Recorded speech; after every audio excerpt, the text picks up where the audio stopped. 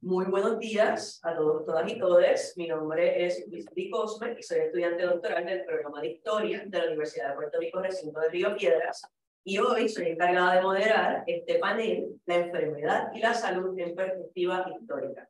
Reciban un saludo cordial y una bienvenida por parte de todos mis compañeros del comité organizador. Este panel consta de 4 ponencias a cargo de José Andrés Negrón Torres, Javier Ecaban Rodríguez, Andrés Acosta de la Cruz y Daniel Mora Ortiz. Y estas presentaciones van a ser comentadas por la doctora Mayra Rosario Urrutia, catedrática retirada de la Universidad de Puerto Rico, recinto de Río Piedras. Yo voy a hacer una breve introducción, una vez le toque hablar a cada uno de los ponentes. Igualmente voy a hacer una presentación de nuestra comentadora, según el orden en el que está el programa, ¿verdad? Les pido a quienes están viéndonos a través de Zoom que por favor mantengan sus micrófonos apagados, ¿verdad? Sabemos que Zoom funciona por sensor de sonido y lo que queremos es que la persona que tenga la palabra sea quien se vea.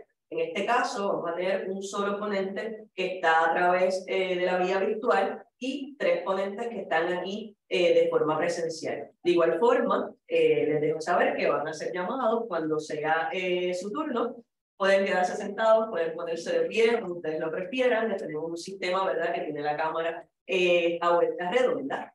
Una vez cada ponente termine, que tiene 15 minutos de exposición, la profesora Mayra Rosario sería quien iniciaría los primeros comentarios y preguntas. Una vez ella finalice, habríamos espacio entonces para preguntas del público conforme el orden. A quienes están en el Zoom, si quieren adelantarlas por el chat, son bienvenidas. De igual forma, si prefieren abrir el micrófono para hacer su pregunta, lo van a poder hacer cuando se le asigne su turno y estarían combinadas con las preguntas que se hagan aquí, quienes están presentes en formato presencial. Habiendo dicho esto, iniciamos con nuestro primer panelista, que es José Andrés Negrón Torres, quien actualmente cursa su 5º año en el Departamento de Humanidades de la Universidad de Puerto Rico, recinto de Calley, donde realiza estudios en historia. Hoy nos va a presentar la ponencia, un enfoque histórico de la relación odontológica entre cristianos y musulmanes, la odontología y la cirugía reconstructiva en la España medieval. Voy a compartir su presentación.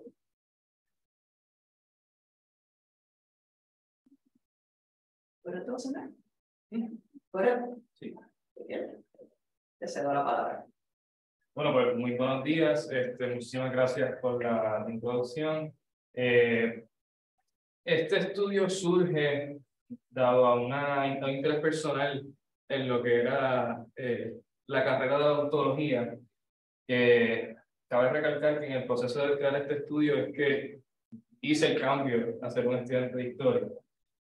No obstante, si podemos ir cambiando la diapositiva, el enfoque de estudio tiene un objetivo de establecer un punto de partida. Dado que una vez empieza a desarrollarse el curso investigativo, me doy cuenta que existe muy poco material respecto a la odontología en el aspecto medieval y la odontología generalmente. Y también, dado la relación histórica del momento del curso interdisciplinario en el que participaba, buscábamos la relación entre las diferentes culturas, sociedades y religiones del contexto histórico de la España medieval durante el periodo de vigencia de la Al-Ándalus. Es por esto que entonces desarrollé unas preguntas que me interesaban contestar. ¿Cómo se evolucionó ese proceso salubrista dentro del contexto de la odontología durante este periodo histórico, comenzando durante la invasión islámica de la península ibérica y culminando con la conquista de Granada, dando espacio a este periodo amplio de tiempo para tener acceso a la mayor cantidad de fuentes posible, dado el limitado contexto de la época? ¿Cómo esos nuevos procedimientos influyeron la evolución de la instrumentaria, procedimientos quirúrgicos, tratamientos y tal? ¿Y en qué consistió, si alguno, ese intercambio entre dos culturas entendidas como tan disciplinares, entre la cultura cristiana ibérica y la islámica. Como mencionaba, la odontología hasta el sol de hoy es relegada a un segundo plano en el contexto de la salud y buscaba también desmitificar esa concepción de que la odontología no merece un espacio primario en nuestros día a día. Y entonces, ¿cómo llevamos a cabo la investigación? Pues había que centrarse en el contexto histórico del momento, como mencioné, el Al-Ándalus, analizando ese desarrollo mediante las traducciones que existen de textos médicos, tanto de personajes del mundo árabe como del mundo cristiano. Aquí les pongo el compendio de medicina y el libro de experiencias médicas, que son dos de las fuentes de donde mayormente se sustrae material referente a la salud oral. Como mencioné anteriormente, no hay textos específicos dentro de la salud oral. Hay textos que mencionan la salud desde el punto de vista farmacológico, desde el punto de vista social, desde el punto de vista médico general, desde el punto de vista político. Y entonces, es mediante la recopilación de estas traducciones y las investigaciones previas, como cabe recalcar la de la doctora Eloísa Llavero Ruiz, que es de las pocas, sino la única que tiene una ponencia específica dentro de lo que es el estudio de la filología del árabe en Hispania, que recoge mucho del material que entonces utilicé para ir buscando las fuentes primarias dentro del contexto histórico. Y entonces, para entrar en lo que es la investigación en sí, hay que definir lo que es la medicina al momento de la invasión, que es la medicina cristiana monástica. Por este medio, como dice el nombre, se practicaba en los monasterios, dado que una vez cae el Imperio Romano y ese poder centralista se hereda por la mano de la Iglesia, es allí donde se preservan los tratados romanos y griegos y se traducen al latín búlgaro o las lenguas romances eventualmente. Pero son los monjes quienes preservan el conocimiento médico. Y es mediante la Orden de San Benito que, como tal, se puede ver el primer concepto de una salud pública en el término del contexto medieval, dado que su propia orden definía que no importa quién toca las puertas del monasterio, su servicio y el tratamiento de la salud no puede ser negado. Y como personaje primario del aspecto de la medicina cristiana, queda la persona de Yazid Rumán, apodado el Cristiano, un cordobés que vivió durante el periodo de dominación islámica de la península en la ciudad de Córdoba, valga la redundancia, que es de las pocas ciudades que preservan una alta gran comunidad cristiana durante ese periodo.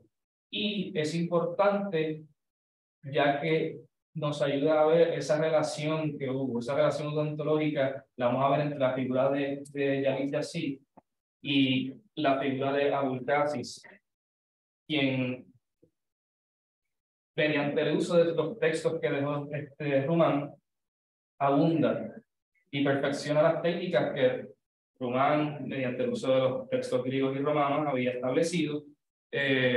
Y esta persona, Abul Qasis o Al-Zatrabi, quien es conocido hoy en día como el padre de la cirugía moderna, no solamente desarrolló lo que concierne a la investigación de la cirugía odontológica, sino que también participó en conceptos de la farmacología, la urología y demás. La medicina islámica es el nexo entre Oriente y Occidente, en el sentido de que la medicina oriental hasta hoy en día es vista como una medicina más tradicional, donde la herbolaria tiene una importancia que en la medicina occidental no tiene. Pues los médicos árabes que tradujeron también los textos de Hipócrates y de Galeno, tenían una afinidad con el concepto farmacológico que en Occidente existía a un menor grado.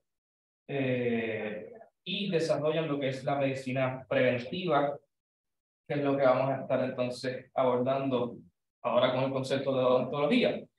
La Real Academia Española define la odontología como el estudio de los dientes y del tratamiento de sus dolencias. Hasta el siglo XX, la odontología no fungía como una disciplina separada de la medicina. No obstante, ya para estos tiempos, ellos empiezan a desarrollar los procedimientos que hasta hoy en día se utilizan en lo que sería la odontología ibérica. Como mencionaba anteriormente, Jalil Rumán, el cristiano, empieza a definir las diferentes dolencias orales, como en el caso de la dentera, el origen de las caries.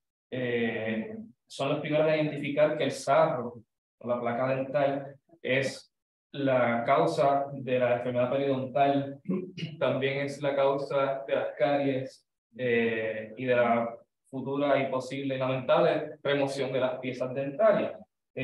Abulcasis se puede decir que es un estudiante indirecto de Jalil Rumán, porque son mediante los textos que el anterior había dejado, como mencioné, que entonces se daba tarea de comprobar lo que decían los textos romanos, los textos previos de contemporáneos árabes y cristianos en el aspecto clínico.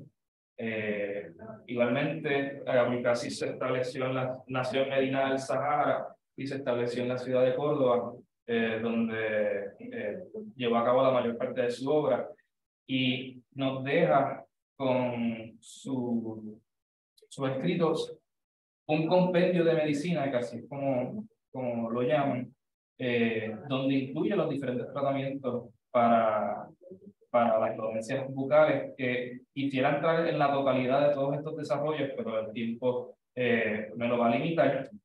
Pero no solamente desarrolla estos procedimientos que vamos a discutir, sino los instrumentos que hasta el sol de hoy son los que utilizamos.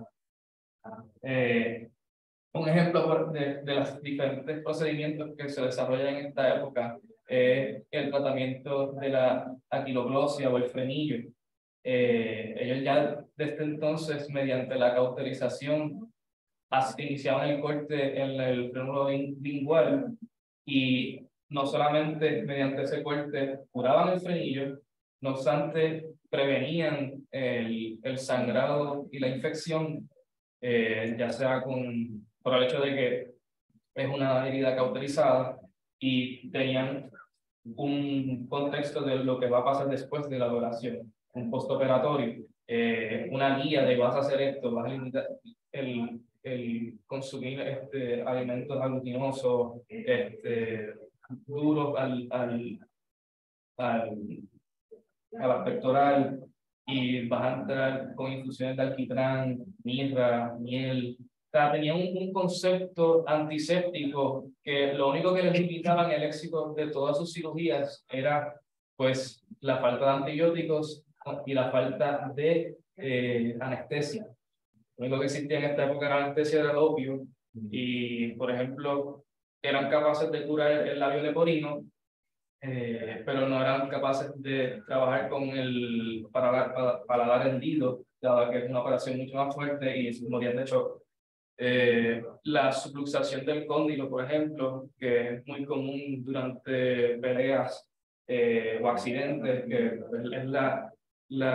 el disloque del cóndilo mandibular, pues es un problema que empieza a desgastar el cóndilo y eventualmente lleva a que la persona de quijada le deje de funcionar, por ende es incapaz de comer. Pues ellos desarrollaron cómo entonces ponerlo de vuelta en su sitio de una manera no quirúrgica. Porque es interesante cómo ellos critican las prácticas médicas de la época, particularmente de los alfagemes o los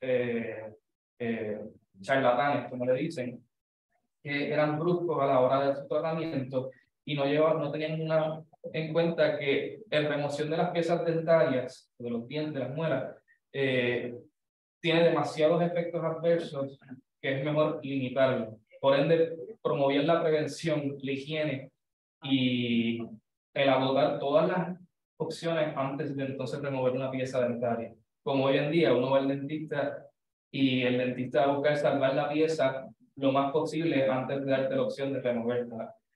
De igual forma, establecían la importancia de desarrollar instrumentaria que fuese afín al espacio limitado de la boca. Aquí les dejo una imagen de los instrumentos heredados de los romanos del siglo II y III, que en tan tumultuosa época como fue, sí se constaba de un tratamiento oral. Particularmente este se encontró en Torre de Adres en Portugal, y como pueden ver, la próxima imagen son los instrumentos que desarrolla Abulcasis al-Zahawi, que son similares a los instrumentos que usan dentistas hoy en día. Tienen los exploradores, tienen los bisturíes, tienen los ganchos para sacar el sarro. Y si ven, son los instrumentos que tenían anteriormente más refinados, más sencillos, más orientados al espacio de la boca.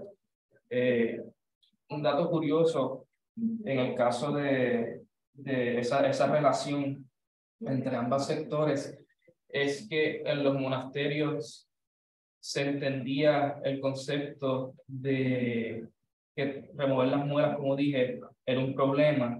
No obstante, Abulcasis le recuerda a sus estudiantes mediante los escritos que siempre tienen que buscar o explorar, que es la razón por la cual un dentista hoy en día explora el área cuando uno dice me duele esta muela, a ver si es cierto que esa es la muela que está enferma, porque ahí va la crítica con los sangradores y los alfajemes, que entrenaban en los monasterios parcialmente y se iban a la calle a vender sus servicios. Y era que buscaban sacar la muela porque sacar la muela era lo que dejaba el dinero. Pero no obstante, no se enfocaban en buscar cuál era realmente la muela enferma. Y así podemos seguir estableciendo diferentes aportaciones específicas de tratamiento. No obstante, los dejo con el pensamiento de los dolores de muela han existido desde que el hombre y la humanidad empezaron a consumir lo que se llama, bueno, desde que la agricultura es la agricultura, el hombre ha padecido dolencias dentarias, y sus tratamientos se han ido desarrollando desde el antiguo Egipto hasta hoy en día.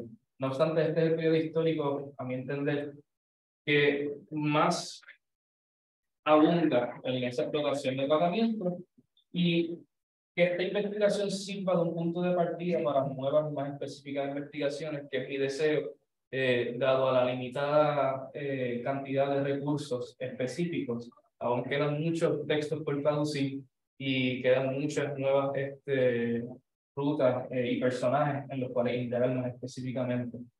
Así que los dejo con ese pensamiento. Agradezco que hayan dado la oportunidad de presentarla, y cualquier duda o pregunta, muy agradecido. Muchas gracias, José Andrés, por tu presentación y por respetar los tiempos. Continuamos con la presentación de Javier E. Cabán Rodríguez. Es hijo adoptado de Ponce, nacido en San Juan. Comenzó su carrera universitaria en la Universidad de Puerto Rico en Ponce, trasladándose y culminando su bachillerato en Humanidades con concentración en Historia de Europa en el recinto de Río Piedras. Actualmente cursa su maestría en Historia con énfasis en Puerto Rico y el Caribe, siglo XIX. Entre sus temas de interés se encuentran salud, género y las dinámicas raciales en la sociedad decimonónica. Hoy nos presenta la ponencia Patogénicas e infecciosas, las mujeres, sus cuerpos y enfermedades en el discurso médico a finales del siglo XIX. Por aquí,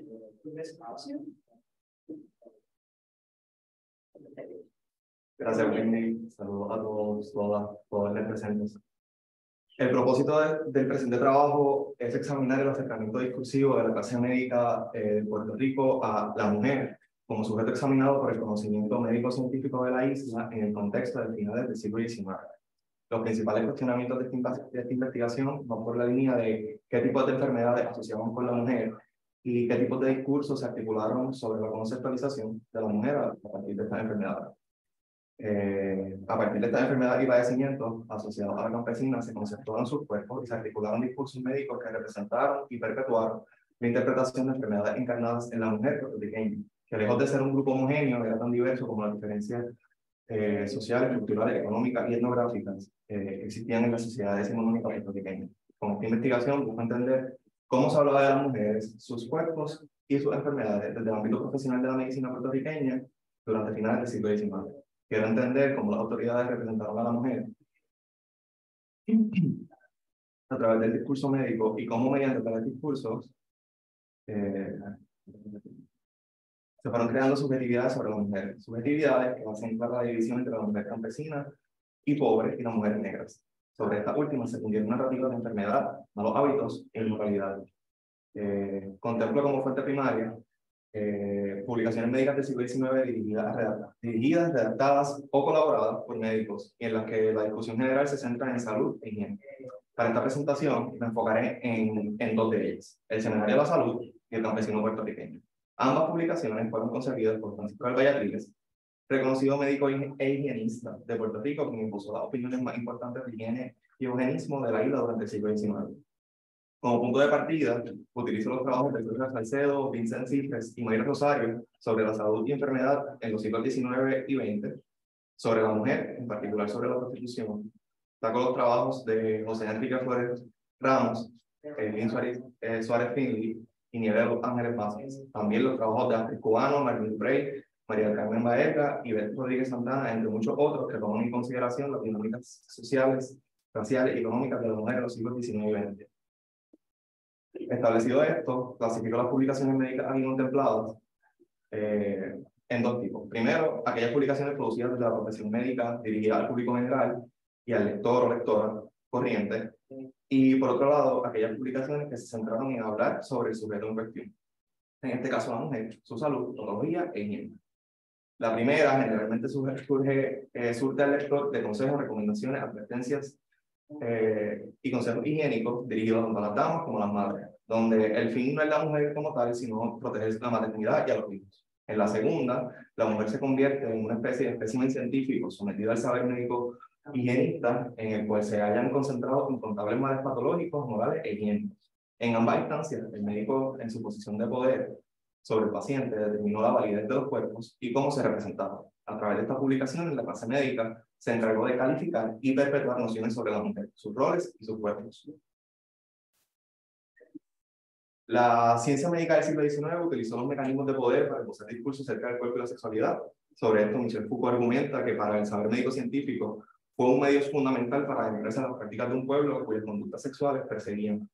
Pero esto a su vez provocó una explosión y diversificación de discursos sobre el sexo. En su libro Historia de la Sexualidad, Foucault argumenta, y hago varias citas, que nace hacia el siglo XVIII una incitación política y económica y técnica a hablar del sexo. Y no tanto en forma de una teoría general de la sexualidad, sino en forma de análisis, contabilidad, clasificación y especificación, en formas de investigación cuantitativas o causales. A través de la economía política de las poblaciones, se formó toda una red de observaciones sobre el sexo, nace el análisis de las conductas sexuales y de sus determinaciones y efectos en el límite entre lo biológico y lo económico. Los racimos del siglo XIX y XX encontrarán allí algunos de sus puntos centrales, y esto es bien importante para mi trabajo.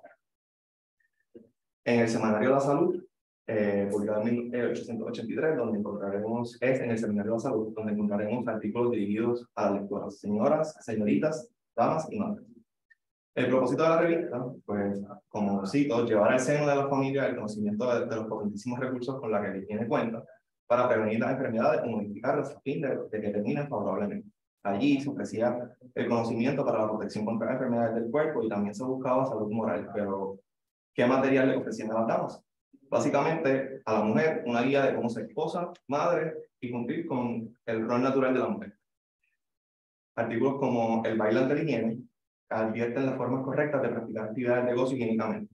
Cito, no alarméis, bellísimas lectoras, que las llamo. Comienza el artículo donde establece las guías para que el baile sea una práctica higiénica y segura. Aire libre, estómago vacío, piso liso, sólido, que no levante polvo, sin tacones altos ni vestidos apretados. Básicamente, todo lo que no aluda a bailes como la bomba o el merengue, tradicionalmente asociado a la comunidad afrodescendiente. Finalmente, aconseja evitar el baile durante el periodo menstrual y durante el embarazo. Aquí, lo que comienza como una recomendación de higiene termina entreviéndose con el cuerpo de la mujer y sus órganos reproductores. En las revistas ofrecen una variedad de recetas higiénicas, recomendaciones literarias, notas para las madres para ayudar a reconocer y tratar enfermedades en los hijos, consejos y recomendaciones. Además, se advierte repetidamente contra el uso del corsé, las parteras como madronas charlatanas y en favor de la actividad física para la mujer de familia. En la mujer casera, por ejemplo, establece diferencias importantes entre el hombre y la mujer. Dice, si exigiéramos de la mujer una actividad física igual a la del hombre, iríamos en contra del origen natural de las cosas. La constitución menos robusta de aquella, sus músculos menos desarrollados, sus limitadas fuerzas nos dicen que los trabajos fuertes corresponden al hombre y los del hogar a su bella compañera. En otro artículo, breves consideraciones sobre el uso del corsé, atiende el efecto dañino del uso de este aparato, que se podría llegar a convertir en tubérculos, hemoptisis y últimamente la tisis, que era tuberculosis. Allí un interesante señalamiento sobre la mujer. Cito, a la mujer, la cara mitad del hombre, el ser privilegiado de la creación, se ha dicho muy poco de lo que debe hacer para conservar su salud. Y se le ha hablado bastante de lo que tiene que practicar para presentarse hermosa ante el hombre. Se ha sometido ciegamente a los despóticos caprichos de la moda, a los que la generalidad tiene un culto exagerado, sin detenerse a reflexionar en los perjuicios que le ocasionan algunas de ellas, no solamente a sí mismas, sino muchas veces a sus infortunados hijos. En general, consejos sobre higiene, algo de salud, pero sobre todo cómo proteger y preservar su rol de esposas y madres. Ahora, ¿trasciende lo discutido en la salud a la otra categoría de publicaciones? Ciertamente no. Si bien queda constatado que la clase médica prestaba atención a lo concerniente a la protección de la salud de la mujer, la madre en específico, tomando en consideración la limitada porción poblacional que tenía acceso, primero, a una educación suficiente para aprender a leer y segundo, adquirir tales publicaciones, comprenderemos que la información allí contenida era de limitado acceso. Sin embargo, una dimensión realmente diferente del discurso médico puede encontrarse en las publicaciones sobre la mujer. En el campesino puertorriqueño se materializa uno de los ejemplos más importantes de cómo se hablaba de la mujer puertorriqueña, ya no como consorte o madre, sino como espécimen del saber científico. Esta publicación, que en general pretendió ser un estudio de las condiciones y padecimientos del campesinado puertorriqueño, presta atención suficiente al carácter patológico e higiénico de la campesina puertorriqueña. Y lo que se destaca en este trabajo, además de la extensa reseña que hace sobre la salud del jíbaro y las enfermedades de la mujer campesina, es que añade el factor étnico-racial como diferenciador importante de los padecimientos de salud. ¿Cómo se evidencia esto en el discurso de la mujer? La firma del Vallatil es que la mujer blanca muestra repugnancia en mezclar su sangre con una raza inferior y que hasta la mujer negra es propensa a buscar el mejoramiento de la raza. Cito, en general, la mujer es más pequeña que el hombre, especialmente entre las blancas, y las que recuerdan al color en al indio en color. Aquí la mujer negra queda aludida como la otra, no pequeña. Mientras la jíbara cita que es bien formada y hasta podría llamarse esbelta, a no ser por su desgarbo en el andar y las mestizas ostentan proporciones muy armónicas, casi todas bien formadas. En contraste, las negras no se distinguen por ese concepto. También da lugar a comentarios racializantes, como que no se advierte entre los jíbaros blancos el olor desagradable que se percibe en los negros y en muchos mulatos. Resalta la hermosura presente en las personas de color caucásico cuando dice, sobre todo en la mujer, hay bellas, pero por lo general la nariz.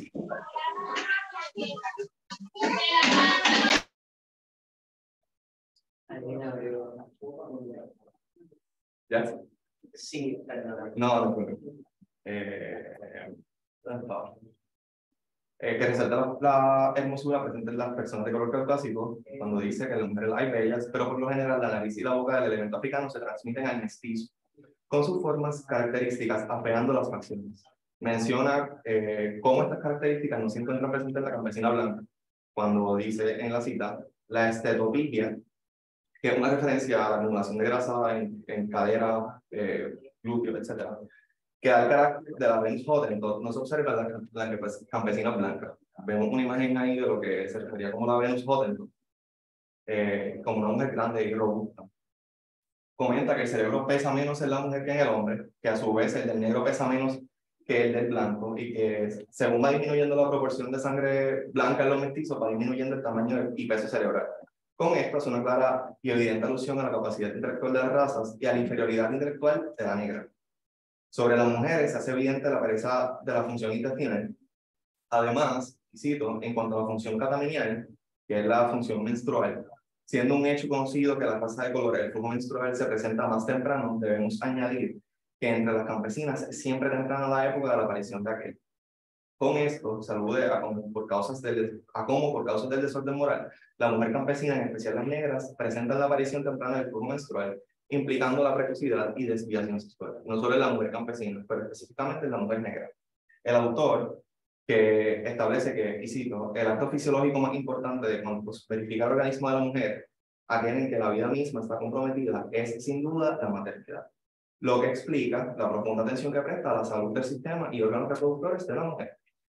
Añade, otra cita, la campesina puertorriqueña da luz a sus hijos rodeada de pésimas condiciones. Ninguna persona idónea la asiste. A lo sumo recibe los cuidados de alguna curiosa con pretensiones de comadrona. En cuanto a la patología de la mujer se refiere, el Valle Tigres hace una variedad de apuntes que, cuando menos, hacen una descripción patológica de la mujer, pero que podrían denotar el carácter peyorativo hacia el campesinado puertorriqueño y la mujer tribal. Él afirma, cito, que la sexualidad dentro del terreno patológico se manifiesta perfectamente diversa desde ese periodo de la vida humana en el que el individuo solo tiene señalados rasgos particulares que más adelante se han de acentuar los sexos. Estas modalidades patológicas, notorias ya en la infancia, se marcan más después que la pubertad establece el poder sexual, continuándose con la actividad funcional de los órganos, con distinguirse en la edad de la menopausia, no sin dar lugar a perturbaciones en el órgano femenino. En la patología de la mujer, los efectos de los males y patologías que sucedieron a la mujer campesina, los cuales guardaban una estrecha relación con el sistema de generación reproductiva. ¿Con qué padecimiento se caracterizó la mujer campesina? En primer lugar, hay un señalamiento repetitivo de la anemia, con un énfasis muy particular en la mujer campesina, por lo que no las consideraba aptas para amamantar a su propio hijo. Hace una lista también de trastornos funcionales de los órganos, del periodo menstrual, icteria, padecimientos vulgares, por no usar ropa apropiada, padecimientos del embarazo, vómito, posicionamiento vicioso del feto, y sobre la maternidad aplica males y negligencias durante la lactancia. Finalmente, disputa algunas enfermedades como cáncer, tumores, pero todo asociado a la procreación o a la maternidad. Añade que en el campesinado los conflictos sexuales despiertan muy prematuramente y que las funciones de la generación las ejercen abusivamente, contribuyendo ambas cosas a aumentar su pobreza orgánica. Aunque no establece una superioridad explícitamente de los campesinos blancos sobre los de color, ya que en general todos sufren por igual de la mayoría de las enfermedades, comenta que existen algunas buenas disposiciones naturales, sobre todo en un nivel descendiente de la raza blanca, de cerebro bastante bien organizado. Tomando en consideración los argumentos que ofrece el autor, tanto los datos médicos como los agravantes raciales, es fácil inferir cómo una mujer de color ocupaba el nivel más bajo del trato social puertorriqueño. Para concluir, hemos demostrado que la mujer, su cuerpo y padecimiento fueron considerados por el discurso médico en el siglo XIX en tres categorías principales. Esencial en la construcción de opiniones y subjetividades hacia la mujer en sus diferentes contextos. El número uno, el rol maternal. El número dos, el rol productivo, ya sea social o económico. Y el rol patológico en sí. Dicho esto, la consideración de la mujer y su cuerpo estaba estrechamente atada a su lugar social. Observemos cómo las publicaciones discutidas para la mujer de familia, educada y con una posición privilegiada en la sociedad, lo importante no era descubrir su enfermedad, sino cómo proteger su maternidad a través del hijo. Sin embargo, en el caso de la mujer campesina, su cuerpo es la punta de lanza para patologizarlas y calificarlas como saludables o enfermas. La validación y valor de la mujer campesina dependía de su integridad tanto física y moral. Mujeres débiles, enfermas, corrompidas por comportamientos inmorales como la mujer negra que desde el nacimiento cargaba perversiones de la moral y rasgos físicos grotescos y feos, inadaptadas para la maternidad y corrompidas por la naturaleza. La mujer campesina negra y sin educación fue antítesis de lo que era propuesto por el progreso y la modernidad. A partir de la otra edad, la mujer campesina y afrodescendiente se caracterizó en el discurso médico como lo feo, lo malo y lo enfermo. Para la mujer urbana, más allá de los padecimientos o raza, ser saludable era no comportarse como una mujer campesina. A pesar de que el mismo paradigma de las enfermedades del fútbol no se limita al campesino, distingue a la mujer y su salud física y moral como profundas e inherentemente corrompidas. El argumento racial aquí solo refuerza la superioridad del grupo caucásico sobre el negro y el mestizo, que si bien no era evidente en el campesinado puertorriqueño, en el sector urbano es un argumento definitorio de la composición social de la isla. Muchas gracias, Javier.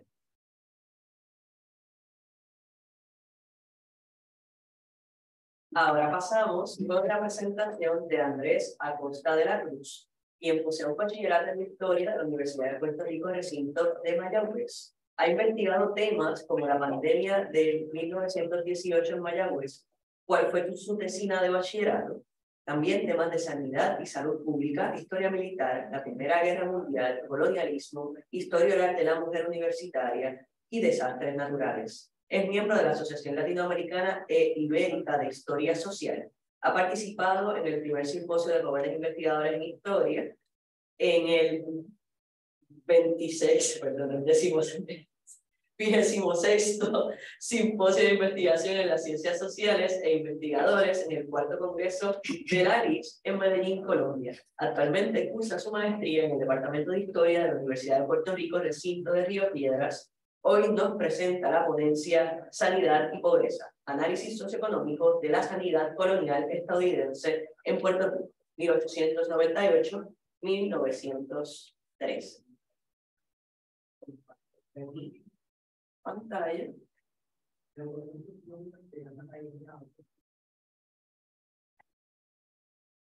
Buenos días. Muchas gracias por la introducción y por la invitación a este congreso.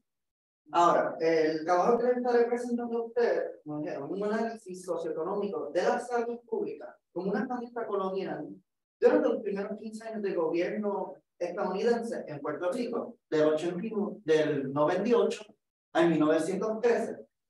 Estas medidas serán estudiadas no solo como un determinante socioeconómico de Puerto Rico, sino como este estado de salud pública colonial es representativo de una pobreza en Puerto Rico.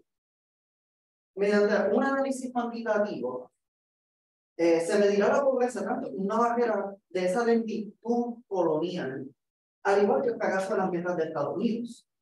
Y así se presentarán los discursos ante la pobreza, tanto como un mal social y epidémico en Puerto Rico. En el 98, Estados Unidos se adueña de un Puerto Rico donde el sufrimiento estaba normalizado. La sociedad pasaba hambre, debido en el instante por la guerra y el bloqueo naval. Y económicamente, la isla estaba débil, particularmente en el estilo de vida, particularmente por el cambio de moneda, sin un costo de vida incrementado. Y suben a estos siglos de mal manejo colonial español. En sí, las transformaciones de la esfera económica por parte de la autoridad estadounidense se enfocan en tres áreas principales, tanto promoviendo la ley como instruir al puertorriqueño en una mejor vida. Esto era al principio de la manera con la educación, la justicia y la salud pública. Y desde un principio esta campaña de salud pública estaba compuesta de unas múltiples ramas para incluir al puertorriqueño. Para así, Estados Unidos, la sanidad consistía en una limpieza general, limpieza de los acueductos, los sistemas de agua, una vacunación general y la inspección de alimentos, ganados y los mataderos.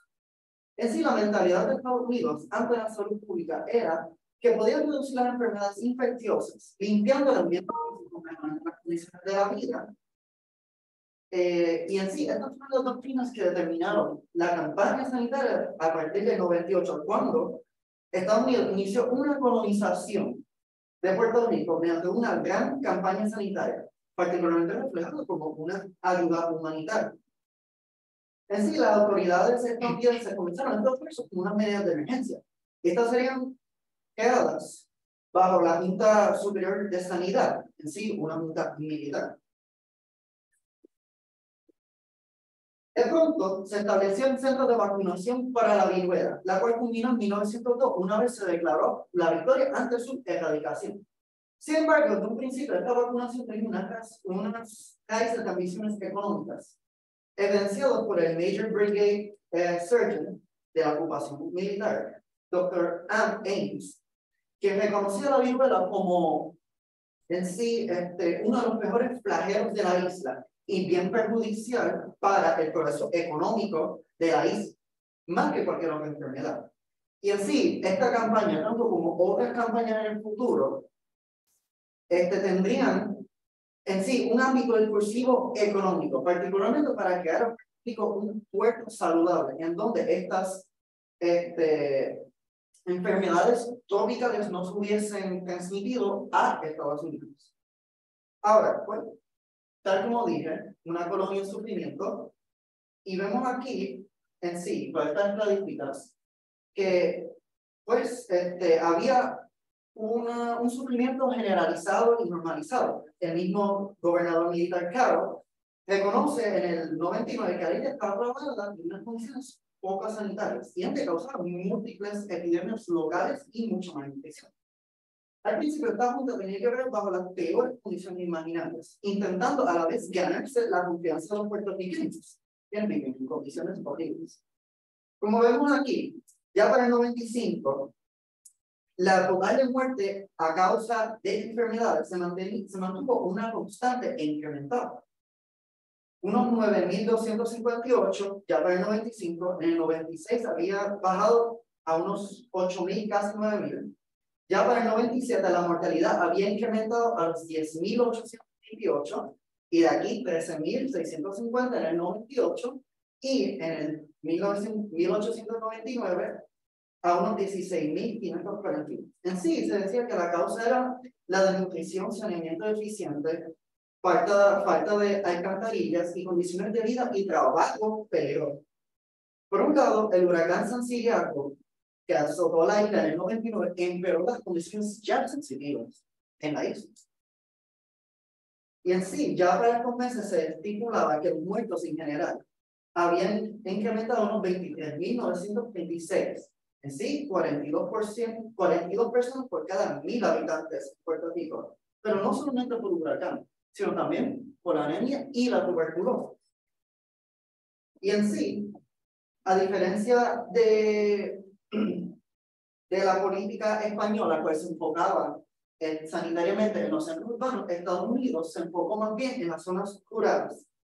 Particularmente, la doctora Silvestrini presenta que la tasa de mortalidad por anemia en lugares como Ponce y San Juan eran de 5 a 1 personas por cada 1.000 habitantes. Mientras tanto, Utuado y Adjuntas, pueblos del centro, 26 a 22 respectivamente. Por otro lado, el mismo doctor Agustín Stein presenta en un folleto, más bien diciendo que en unos 5 municipios que él estudió, unos 1.348 habían muerto en un solo año. 534 tenían menos de 20 años, 146, 60, 28 habían muerto a los 80 y solamente 6 llegaron a los 90. Esto lo que nos dice es una esperanza de vida bien corta. Y ya en 1900 vemos una reestructuración civil. Ahora vamos el departamento de sanidad. Y aquí entonces vemos las estadísticas del gobierno civil y el departamento. En sí, se presenta una disminución de la mortalidad general. Pero el gobierno insular dependió mucho de estas estadísticas, lo cual creó 2 problemas. Primero, no proporcionaba una imagen completa donde hacer cumplir regulación y dificultó la toma de decisiones financieras, brincando de epidemia en epidemias, dejan bajar la guardia y dejan que otra vez la epidemia resurja en muchos bolsillos de la montaña o en la costa.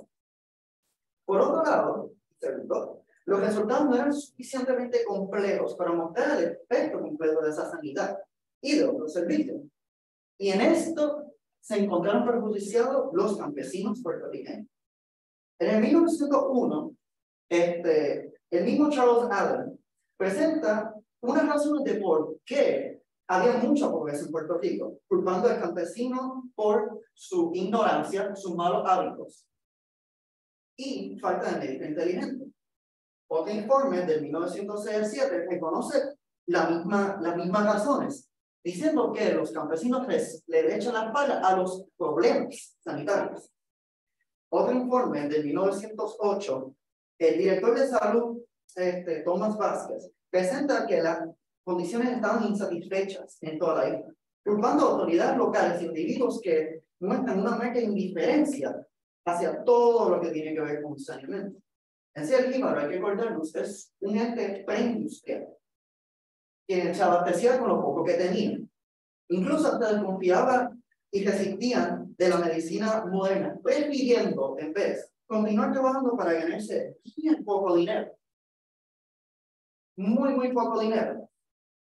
Y en sí, del 98 al 1920, los trabajadores puertorriqueños no ven ningún cambio en el salario.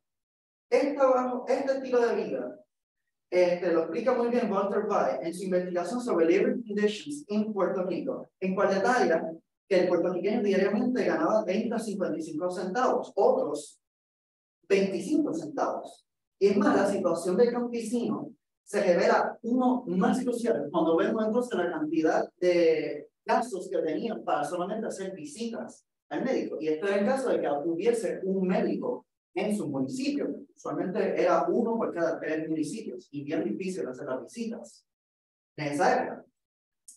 Por otro lado, y como vemos, 10 a 50 dólares en casos extremos de operaciones extremas, y particularmente en un lugar donde las condiciones de trabajo eran deplorables y se lastimaban constantemente. Sí, pues, prefirieron estos campesinos trabajar todo el tiempo, ganarse esa miseria en vez de perder 2 a 5 días de trabajo pagando estos gastos. Entonces, los últimos 2 factores de la pobreza son anemia y una mortalidad infantil. En sí, la anemia ya para el 1890, se presenta como una de las causas más grandes de la mortalidad en Puerto Rico. Regresando aquí al anejo, podemos ver el incremento extraordinario ya para el 1899 de la anemia. Y ya para el 1901 se había reconocido como un obstáculo para el progreso económico de la isla. Esto sí, la anemia fue en sí un causante principal de lo que se denominaba una muerte natural y normalizada en Puerto Rico. Sin embargo, ya no se sabía exactamente cómo fue que había ocurrido, cómo era que pasaba la anemia. En sí se había dicho que era la de mala higiene, no tanto la de mala higiene, el clima, el alimento, y no tanto la pobreza y la mala nutrición. Esto se cuidaba cuando se formó la campaña contra la anemia de 1904 y 1908, la cual culminó una vez se declaró una victoria. Sin embargo, una vez se culminó la anemia, esto fue reemplazado rápidamente por la tuberculosis, pero yo no toco esta materia porque eso ya mucho más adelante. Y en sí ya ahí se había encontrado que las razones ideales de por qué ocurría la anemia era la mala nutrición. Y esto era considerando que el puertorriqueño ganaba muy poco, y como vemos aquí otro informe más de Walter Bay, los precios de la comida están muy altos, particularmente eran alimentos que están de mala calidad, la leche, la carne, el mismo produce estaba dañado, malas cosechas y mal mantenimiento de estos productos, pero responsables en sí de esa mala nutrición. Y ahora, culminando en sí, vemos entonces la mortalidad infantil, en la cual se mantuvo una constante. Particularmente las condiciones en que nacían estas criaturas eran las peores condiciones. Mala leche, calidad de leche, en sí, el mantenimiento y poco incentivo económico para mantenerlos. Dificultó entonces el desarrollo de estas criaturas. Sí, se detalla que más o menos unos 46% de estos niños no pasan de los 5 años y un 15% no pasaban los 12 meses de vida. Esto significaba para Estados Unidos una pérdida de una generación y que ellos podían moldear para en sí ellos avanzar la economía de Puerto Rico. Pero entonces, viendo estas condiciones, vemos que el puertorriqueño y la población general vivían una trampa de pobreza multigeneracional. A estos muchachos jóvenes, niños, no poder desarrollarse en las escuelas y ni sanitariamente, entonces, digamos, una población donde su producción era muy bajita, una mortalidad alta. Y en sí, concluyendo, desde comienzos de la campaña de sanidad de Estados Unidos, ellos habían propuesto humanitariamente llevar a la isla una de influencia económica. En sí, las ambiciones económicas a una gran escala nublaron la mayoría de los objetivos establecidos por la campaña de salud pública de Estados Unidos. Por otro lado, la campaña tenía que ver con la economía de la isla, en general, de salud, pero estas estadísticas en sí no presentaron unas realidades, las realidades que se encontraban en el puertorriqueño diario. Por otro lado, sí, las condiciones económicas de los puertorriqueños nunca se resolvió y la hambruna continuó y la mortalidad siguieron siendo una general y variando, como vimos, pero generalmente manteniéndose. En todo este tiempo, la campaña estuvo plagada de malentendidos culturales, un estadounidense industrial y un puertorriqueño preindustrial, los cuales agravaron aún más la situación. Y no sería que una reestructuración bajo nivel local de la sanidad en el 1913 a causa de una epidemia de peste bubónica en el 1912, que vemos es sí una reducción de mortalidad general y un mejoramiento de estas condiciones. Muchas gracias.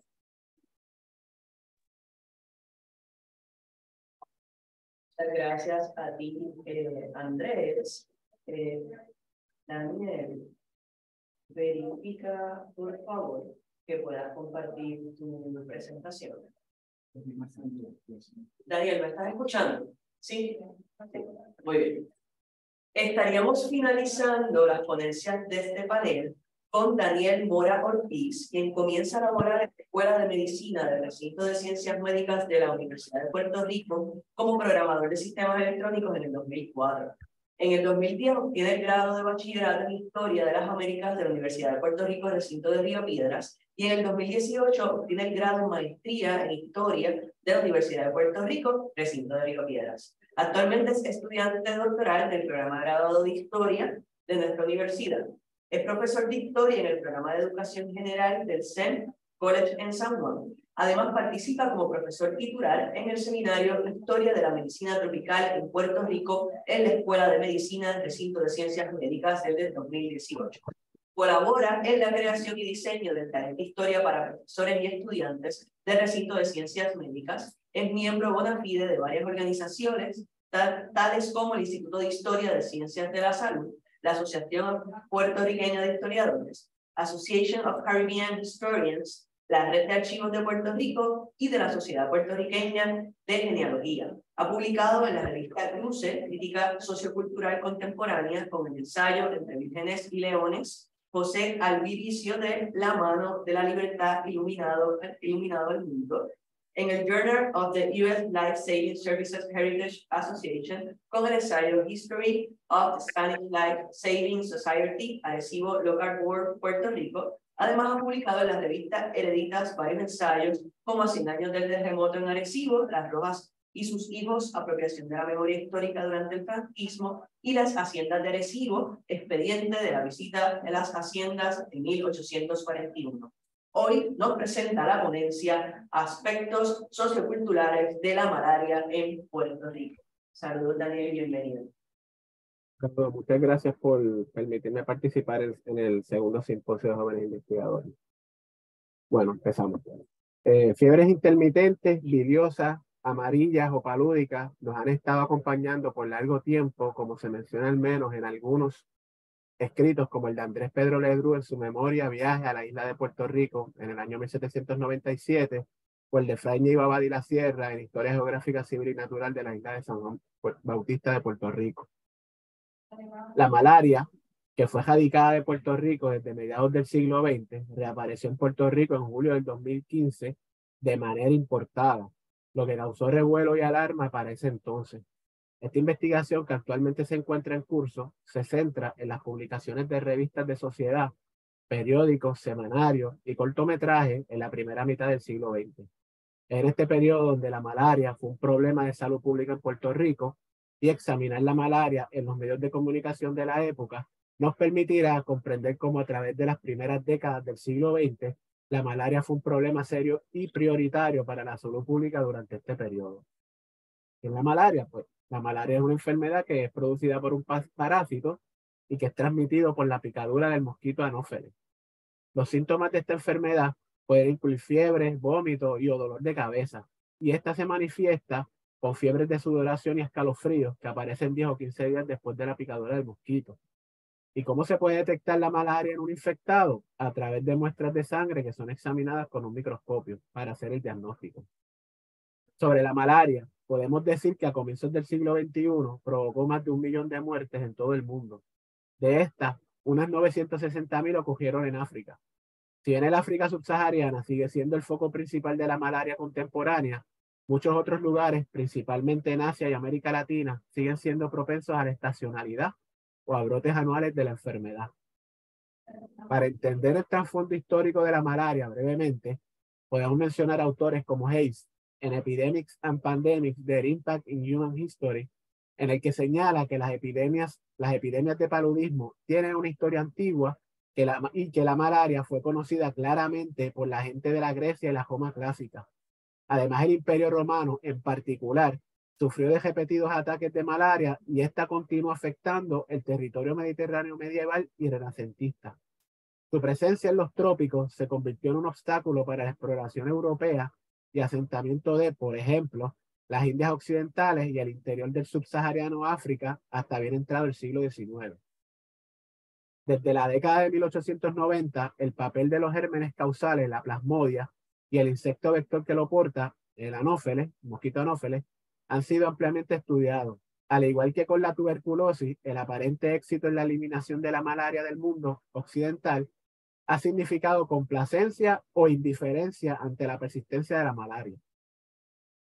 Cerrando el siglo XIX, en la búsqueda de legitimización colonial del proyecto de desarrollo de África Occidental, esta dependió en gran medida de los avances en el campo de la medicina tropical.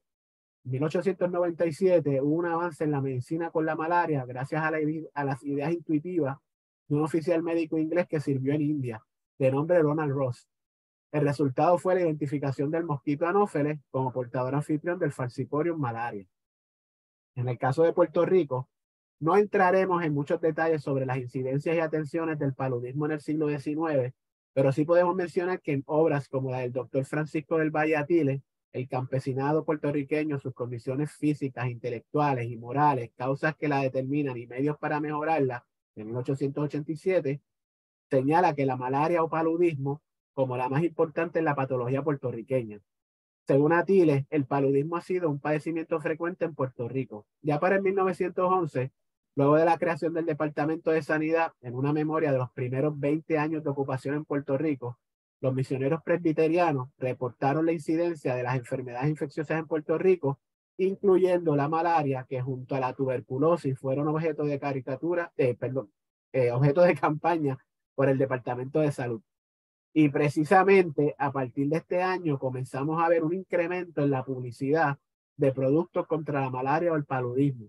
El producto Pamala, que aseguraba curar el paludismo, tuvo varios cortes publicitarios, entre los que utilizaba un arte y una frase sobre el producto, y en otras utilizaba testimonios de diferentes personas alrededor de la isla que aseguraban haberse curado del paludismo. Esto era publicado tanto en los periódicos, los semanarios y revistas durante toda la década de 1910 y principios de la década de 1920. Hubo una gran variedad de evacuantes, purgantes y tónicos que curaban o aliviaban el paludismo, como el método purgativo Leroy, el Pamala, el Oxeferrum, de Prevente Neglotaria, en píldora jarabe ovino, o el Sanatagen. También comenzamos a ver artículos sobre salud pública y los mosquitos en periódicos de mayor circulación como el periódico El Mundo. Comenzando la década de 1920, se publicaron regularmente columnas dedicadas a informar y orientar a la ciudadanía sobre el peligro que representaba la malaria, con artículos como los del doctor Segarra, el paludismo en Puerto Rico, o el paludismo del doctor Apellanis en la sección médica del periódico El Mundo. La preocupación latente desde la década anterior por la malaria la podemos ver en la legislatura con proyectos de investigación sobre focos de malaria, como lo fue en 1921 en los barrios de Guanajibo y Boquerón del área oeste de la isla. Ya para la década de 1930 continúan las campañas de educación contra la malaria. Vemos artículos en revistas culturales como Índice, donde el doctor Fernando Giselle, con su artículo La salud del campesino puertorriqueño, explicaba cómo son las enfermedades endémicas de la costa y de la montaña, cómo la auxiliariasis y la malaria se encontraban en estas regiones. En su escrito, aparte de dar una explicación de cómo es la enfermedad de la malaria y cómo se transmite, él señalaba lo importante de las campañas de educación y prevención, que estas campañas deberían de ser metódicas, de educación individual, persona a persona, barrio a barrio, municipio a municipio, con el fin de cubrir toda la isla. Y en esta misma década se creó dentro del Servicio de Salud Pública de los Estados Unidos, o el United States Public Health Service, el Servicio de Control de Malaria en Sitios de Guerra, Malaria Control War Area, o la MCWA por sus siglas en inglés. Puerto Rico fue incluido dentro de este programa. La MCWA se diseñó para controlar la producción del mosquito de la malaria y reducir la transmisión potencial en zonas militares o zonas esencialmente importantes para la industria de guerra. Entre las variadas funciones que tuvo la MCWA, podemos mencionar el estudio de los mosquitos transmisores de la malaria, el desarrollo de químicos y tecnologías contra la malaria y campañas educativas. Tanto en periódicos locales como periódicos estadounidenses se podían ver viñetas sobre cómo protegerse de la picadura del mosquito. También regularmente se publicaban afiches para que los soldados se protegieran para cuando estuvieran en el frente. A principios de la guerra, se estimó que la malaria causó entre 8 y 10 veces más bajas que en el campo de batalla. En 1943, el cirujano general del Ejército de los Estados Unidos creó unidades especiales para planificar y llevar a cabo el control de la malaria. El mismo año, Douglas MacArthur emitió órdenes relativas a las medidas de control de la malaria, y entre ellas, aumentar la prioridad de envío de suministros contra la malaria, proporcionar a sus tropas medicamentos profilácticos, la quinina y la tabrina, y repelentes de mosquitos, y capacitar a las tropas sobre la importancia de malaria. Los soldados fueron reacios a tomar antipalúdicos, particularmente la tabrina, que tenía peores efectos secundarios que la quinina. Ya para 1943, el ejército comenzó a emitir propaganda educativa sobre la malaria, como películas, emisiones de radio, carteles, calendarios, letreros, manuales y mapas, todos advirtiendo a los soldados que se protegieran de la infección por la malaria. Aquí vemos algunos afiches de los que se crearon en esta época. Y aquí tenemos un mapa de la isla de Puerto Rico, donde el color amarillo es donde más seria era la enfermedad, en el color verde ya era algo serio, y ya en la montaña menos serio. Ups, me fui. Ok, seguimos. Ya para 1943 en Puerto Rico se terminó de construir una bomba de drenaje construida por la MCWA y la ayuda del Departamento de Salud. La segunda se terminó de construir en el 44 por el Cuerpo de Ingenieros como un elemento de amplio proyecto de drenaje como extrarreserva de la malaria, conjuntamente con el ejército. Ya en octubre del 44 se anunció en el periódico que se va a utilizar el DDT desarrollado por el ejército por primera vez en Puerto Rico para combatir la malaria. Se utilizó en áreas civiles con la colaboración conjunta del Departamento de Sanidad, el Servicio Federal de Salud Pública y la Escuela de Medicina Tropical de Puerto Rico. A finales del mes de octubre se publicó en la prensa que comenzaron las campañas de DDT por parte del ejército, donde se asociaron las residencias civiles cerca de instalaciones militares como en Santa Isabel y Salinas. Ya para octubre del 45, el Departamento de Sanidad anunció que el negociado de malaria ejecutaría 7 proyectos de drenaje que tendrían un costo de unos $425,000 entre 1945 y el 46. Los objetivos de estos proyectos fueron hacer tratamientos a domicilio, control del albicida, obras de drenaje, plantas de construcción de tuberías para drenaje, demostraciones de aplicación del DDT, la aplicación del DDT en varias zonas rurales y nuevos estudios de malaria. Ya entrando al 46, ya comenzamos a ver artículos en la prensa sobre el descenso en fatalidades por la malaria, como fue el caso de las campañas del Departamento de Sanidad en el sector agrícola de Ponce. No solamente se informó del descenso en fatalidades de la malaria en la población civil, sino que también dentro de las Fuerzas Armadas, particularmente en el Departamento Militar de las Antillas. Cuando se creía haber controlado la malaria, se publicó en la prensa que la epidemia de malaria en Patillas afectó jóvenes y adultos y que se contaron 16 muertos de malaria en el hospital municipal. Esto provocó que se trasladaran muchos pacientes al hospital de distrito en Fajardo. Este fue el brote, según la noticia, el más grande ocurrido en el suroeste de los últimos años. Pero el 29 de agosto de 1951 se reseñó en la prensa la llegada a Puerto Rico de la fiebre de Corea. Así bautizó la gente a los soldados que llegaron como excombatientes de la guerra de Corea. Se informó de 8 casos y todos ellos fueron en Vieques, pero casi un mes después, en septiembre, se publicó una noticia para la tranquilidad de la población de que las muertes por malaria habían bajado considerablemente.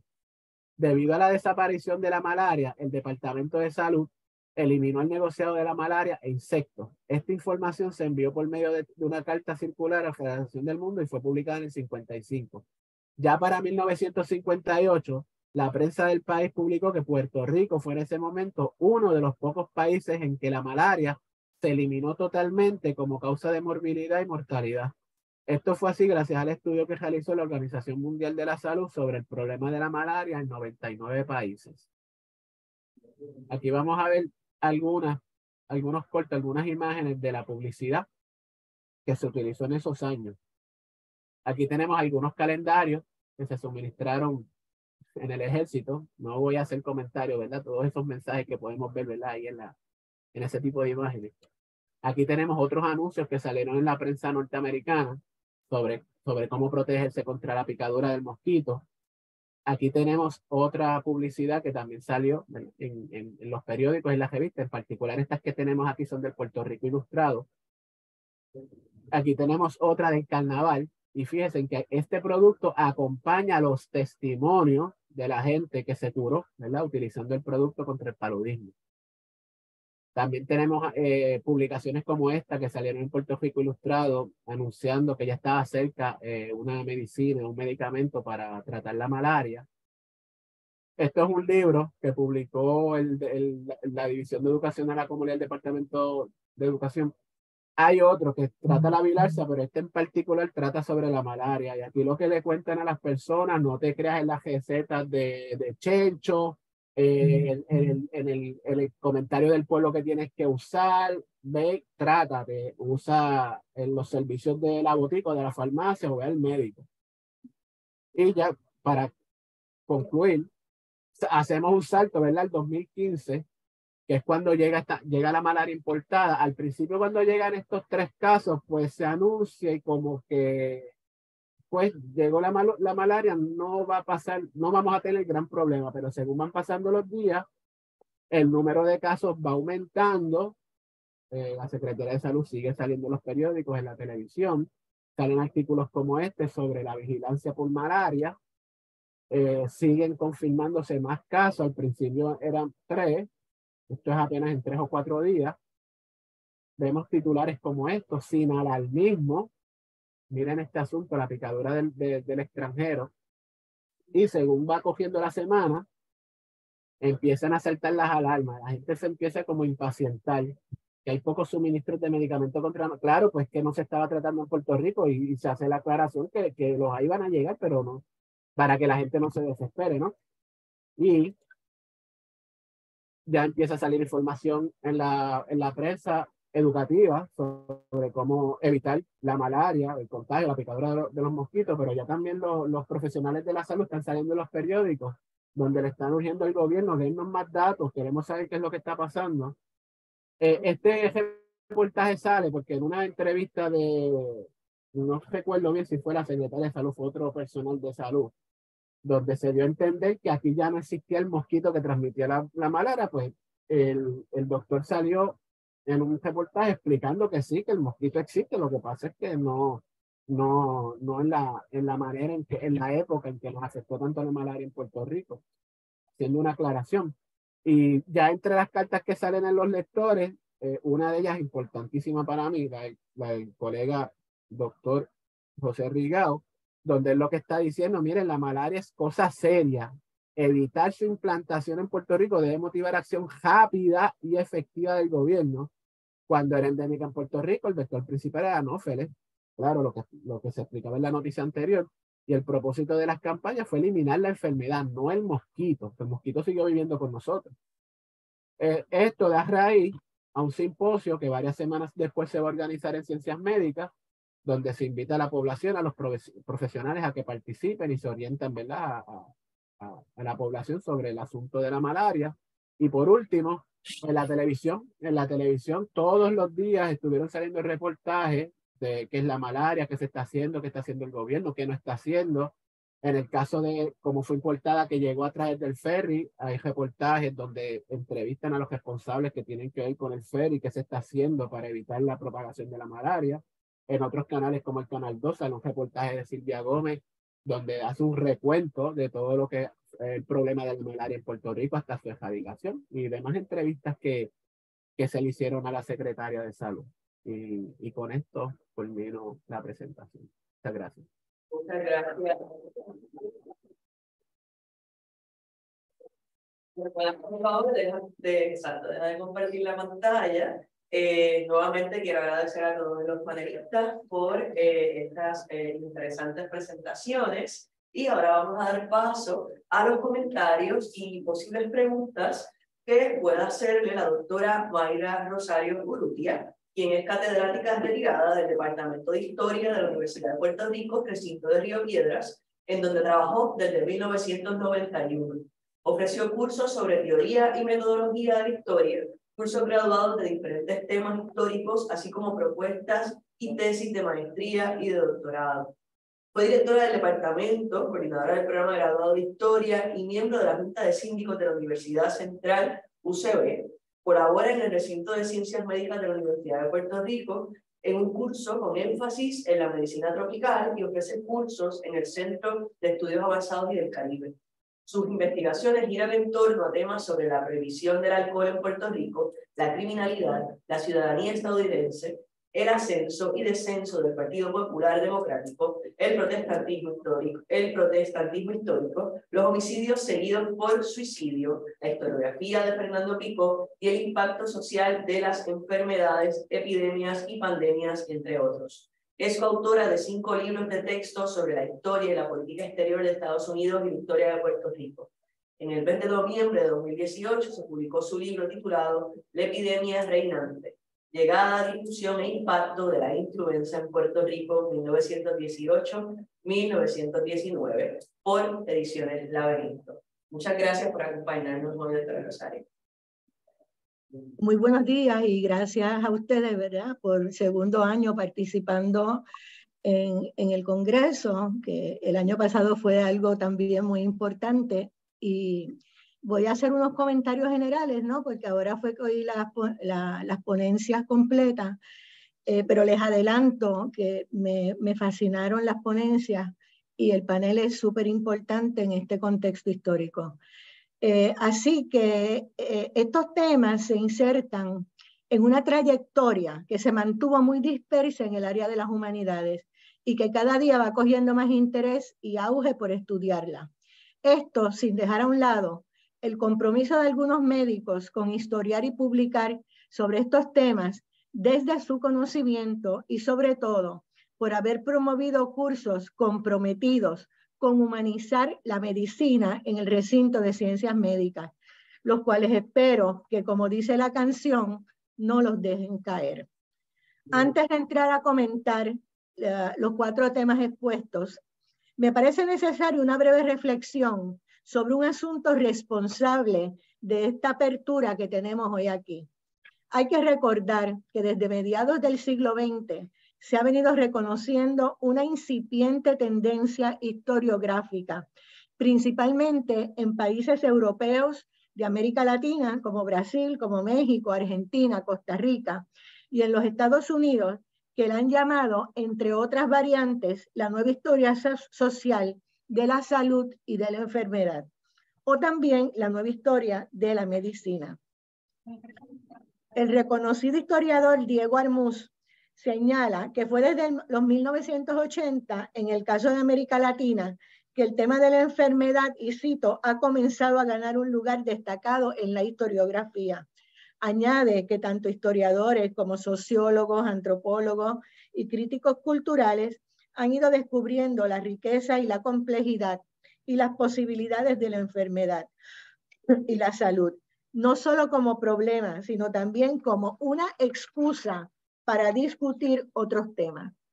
Otro señalamiento radica en que estas nuevas tendencias historiográficas sobre la salud y la enfermedad tratan el tema, y esto es bien importante, como social y culturalmente construidos en el tiempo.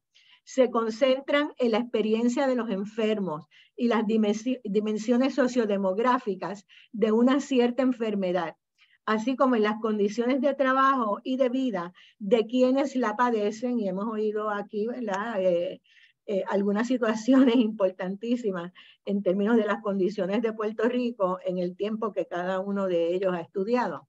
Sobre todo, se ha establecido que la misma tiende a destacar los inciertos desarrollos del conocimiento médico, dialoga con la historia de la ciencia, discute no solo el contexto social, cultural y político en el cual algunos médicos, instituciones y tratamientos triunfaron, haciéndose un lugar en la historia, sino también aquellos otros que quedaron perdidos en el olvido.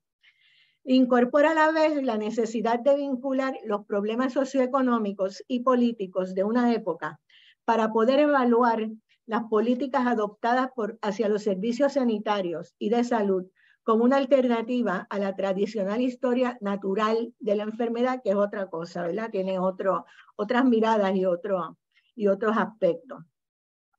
Más una de las grandes diferencias, y creo que debemos capitalizar disciplinariamente, es que ahora estamos en la era cibernética de difusión globalizada, en formas que representan tanto ventajas como desventajas para los historiadores.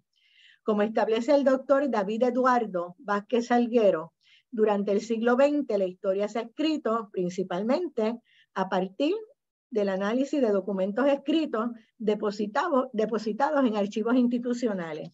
En el siglo XXI esa condición cambia radicalmente, pues cada vez son más los testimonios que provienen del ámbito digital. Hay que tomar en cuenta, por ejemplo, que muchas de las fuentes inmediatas desaparecerán de las redes y que debemos conservarlas, aunque sabemos que las escritas también desaparecen de nuestra vista por muchas razones, debido a descuidos, debido al poder y a la censura. También hay que evaluar rigurosamente la procedencia de la información, así como las distorsiones en aquellas versiones que cambian día a día. Son muchas las historias que corren simultáneamente. Me acerco hoy a 4 temas como ejemplos de investigación que podrán seguir desarrollándose y fortaleciéndose con el tiempo. Tiene cada uno diferentes posibilidades de seguir desarrollándolas luego. El trabajo de José Andrés Negrón Torres de la UPR en Calley me parece uno bien novedoso y es fundamental para la historiografía sobre los odontólogos y la odontología, pues no ha tenido un desarrollo amplio y profundo. En la isla, y cito, fue en febrero de 1918 que se circuló la primera publicación oficial de la profesión odontológica organizada en Puerto Rico por el Boletín Informativo a la Carta Circular de la Asociación Dental de Puerto Rico. La revista Odontología, publicada entre el 33 y el 54, fue fundada por el doctor Juan Fons Suárez y resultó ser la primera publicación científica oficial de la profesión en la isla. José Andrés se remonta en su ensayo a la España medieval para establecer la relación entre la odontología y la cirugía facial, con la colaboración entre cristianos y musulmanes, que eso es súper interesante, ¿no? Y ojalá y después yo pueda leer el trabajo completo que hizo José Andrés. Explica en su ponencia la metodología que utilizó, explicando el contexto histórico para fortalecer la misma, así como la cirugía reconstructiva. Sobre todo, explica y explora la complejidad y necesidad de la cirugía en estos casos. Y te confieso, José Andrés, que cuando pasaste el PowerPoint y vi todos esos instrumentos que salen en el PowerPoint, tuve que abrir el closet de ahí atrás para buscar todos los instrumentos que dejaron 2 de mis hijos que son dentistas y que siempre se quejaron de que no tenían un material, ¿verdad?, para ver esa historia de la odontología, y aún se siguen quejando en Estados Unidos. ¿Perdón? ¿Alguien dijo algo? Nos reímos todos y comentamos a la vez. Ah, ok. Pero sin broma, ahí están los instrumentos, ok, los que dejaron ahí. 6,000 pesos cada semestre, ok. Javier Cabán Rodríguez analiza un tema relacionado con el discurso médico de finales del siglo XIX y comienzos del siglo XX en Puerto Rico, relacionados con los cuerpos y las enfermedades que se le atribuían a las mujeres, así como la valoración médica que se emitía sobre esas personas y sus cuerpos derivados del análisis de sus padecimientos. Incorpora el análisis discursivo de los médicos, lo cual me parece súper importante, y se traslada aspectos fundamentales como ciertas implicaciones socioculturales que promovía ese discurso masculino. Y ahí, ¿verdad? Podemos ver cómo él, no sé si lo hizo consciente o inconscientemente, está explorando esa creación del conocimiento médico, ¿verdad? La creación discursiva del conocimiento médico que según está en Historia Social de la Enfermedad, se reconoce y no es como antes, ¿no? Que hay muchas equivocaciones en los tratos, en los diagnósticos, y lo que hay que hacer es también analizar esas situaciones. Esos discursos han sido analizados desde temas como la prostitución femenina en la isla y de los intentos del establecimiento del control de su comportamiento y lo considerado como favorable en cuanto a los estilos de vida que se esperaban. Cabe resaltar la validez de la teorización en este trabajo, como el uso de análisis que proviene de Michel Foucault, sin exagerar, porque no lo hizo, su impacto y recordando las particularidades sociales en la isla. Esos discursos sociales sobre el sexo, así como los discursos médicos y su configuración, pretendían también el control social y la forja de identidades relacionadas y esperadas con ser mujer. La explicación sobre las fuentes utilizadas para su reflexión es otra aportación importante de este trabajo. Andrés Acosta de la Cruz se remonta a la época poscambio de soberanía de 1898 y expone claramente que pretende un análisis socioeconómico sobre las políticas relacionadas con la sanidad colonial en la isla hasta 1913. Este contexto nos ofrece la oportunidad de resaltar las pobres condiciones en las que vivía gran parte de la población. Y no quiere decir que se acabaron en el 1913, ¿verdad? El hambre que sufrían y los escasos servicios y edificios institucionales para recluir y atender pacientes. 19 hospitales, él señala, en 16 municipios. También aborda aspectos de desconfianza hacia el nuevo régimen por parte de sectores de la población y cómo se intenta reorganizar la campaña sanitaria. Andrés analiza importantes trabajos escritos de la época, como los del doctor Francisco del Valle Atilez, y explica, lo cual me parece importante, el establecimiento del Superior Board of Health para tratar esas condiciones paupérrimas y establecer medidas de saneamiento sin idealizar las dificultades en su trabajo. También apunta hacia esas condiciones paupérrimas en las que vivían muchos y cómo la nueva administración desarrolló un discurso sobre la pobreza como un mal social e indica que no sería hasta el 1913 que comenzó a bajar la tasa de mortalidad al reestructurar la campaña sanitaria. Y siempre hay que recordar que luego, y especialmente con los casos, por ejemplo, de la tuberculosis hasta el 40 y un poquito más, seguían criticando los servicios de salud. Y si una persona estaba enferma y ya los médicos decían, esta persona va a morir, ¿ok? No los dejaban porque no había espacio, los mandaban para la casa, ¿ok? A las casitas esas que habían antes de madera divididas por dos, para que se murieran en sus casitas. Y si contaminaban a los demás, pues ya eso era otro motivo de investigación. Por último, Daniel Moro Ortiz, cuyos trabajos con estos temas vienen forjándose hace bastantes años, se dirige directamente a la definición, a los síntomas, al fallecimiento y algunos aspectos socioculturales de la malaria en Puerto Rico. Le sigue el trayecto desde sus comienzos en la isla y hace referencia a autores como André Pierre Ledru y a Fray Íñigo Abadía Sierra y sus miradas a la enfermedad desde el siglo XVIII. Mas Daniel nos analiza aspectos que tomaron lugar en el siglo XX y comienzos del siglo XXI, incluyendo aspectos estadísticos relacionados con la enfermedad y la muerte. La muerte como tema de investigación y objeto de un curso que ofrece el profesor Jaime Pérez es un aspecto fundamental que se deriva del estudio de pandemias y enfermedades. Daniel, haciendo referencia a los trayectos historiográficos de esta enfermedad de la malaria, analiza no tan solo las campañas del Departamento de la Salud en el siglo XX para protegerse de las enfermedades infecciosas que se conocían, sino que se acerca a la difusión mediática de la prensa. Y ahora con el PowerPoint quedé fascinada, ¿no?